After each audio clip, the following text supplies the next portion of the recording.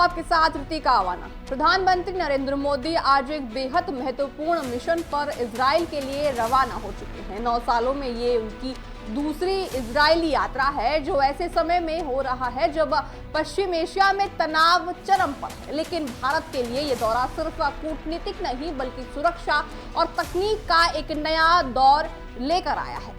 71,000 करोड़ के रक्षा सौदे से लेकर इजरायली संसद के संबोधन तक क्या कुछ खास होने वाला है, इस 2 दिवसीय दौरे में आइए समझते हैं इस रिपोर्ट में। प्रधानमंत्री नरेंद्र मोदी बुधवार को 2 दिवसीय आधिकारिक यात्रा पर तेल अवीव पहुंच रहे हैं। इजरायली पीएम नेतन्याहू के खास नियंत्रण पर हो रही ये यात्रा भारत इजराइल की रणनीतिक साझेदारी को एक नए स्तर पर ले जाएगी। 2027 के बाद ये मोदी का दूसरा इजरायली दौरा है, जिस पर पूरी दुनिया की नजरें टिकी हैं। प्रधानमंत्री नरेंद्र मोदी बुधवार को 2 दिवसीय आधिकारिक यात्रा पर तेल अवीव पहुंच रहे हैं। इजरायली पीएम नेतन्याहू के खास नियंत्रण पर हो रही ये यात्रा भारत इजराइल की रणनीतिक साझेदारी को एक नए स्तर पर ले जाएगी। 2027 के बाद ये मोदी का दूसरा इजरायली दौरा है, जिस पर पूरी दुनिया की नजरें टिकी हैं। पीएम मोदी इजरायली संसद को संबोधित करेंगे। पीएम नेतन्याहू के साथ रक्षा और व्यापार पर चर्चा। इजरायली राष्ट्रपति से शिष्टाचार भेंट।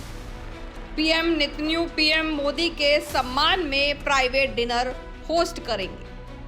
इस दौरे का सबसे बड़ा एक्स फैक्टर है 71,000 करोड़ का रक्षा सौदा। भारत अपने स्वदेशी सुदर्शन चक्र एयर डिफेंस सिस्टम के लिए इजराइल के आयरन डोम की तकनीक चाहता है। अगर ये डील फाइनल होती है तो भारत की सीमाएं किसी भी हवाई हमले से डरेंगी नहीं। साथ ही मुक्त व्यापार समझौते पर भी 4 दिनों से चल रही बैठक कल खत्म होगी, जिससे दोनों देशों के व्यापार को नई रफ्तार मिलेगी। आज शाम पीएम मोदी इजराइल की संसद को संबोधित करेंगे। ये गौरव हासिल करने वाले वो पहले भारतीय प्रधानमंत्री होंगे। पश्चिम एशिया में बढ़ते तनाव और अमेरिका ईरान के बीच खींचती तलवारों के बीच मोदी का ये दौरा भारत की संतुलन और सशक्त विदेशी नीति का सबसे बड़ा उदाहरण है। पीएम मोदी की इस यात्रा से न केवल सेना को आधुनिक हथियार मिलेंगे, बल्कि आतंकवाद के खिलाफ भी एक साझा मोर्चा तैयार होगा। अगले 2 दिन भारत और इजराइल के रिश्तों के लिए गोल्डन एरा साबित हो सकता है। फिलहाल के लिए इस खबर बस इतना ही। बने रहिए हमारे साथ।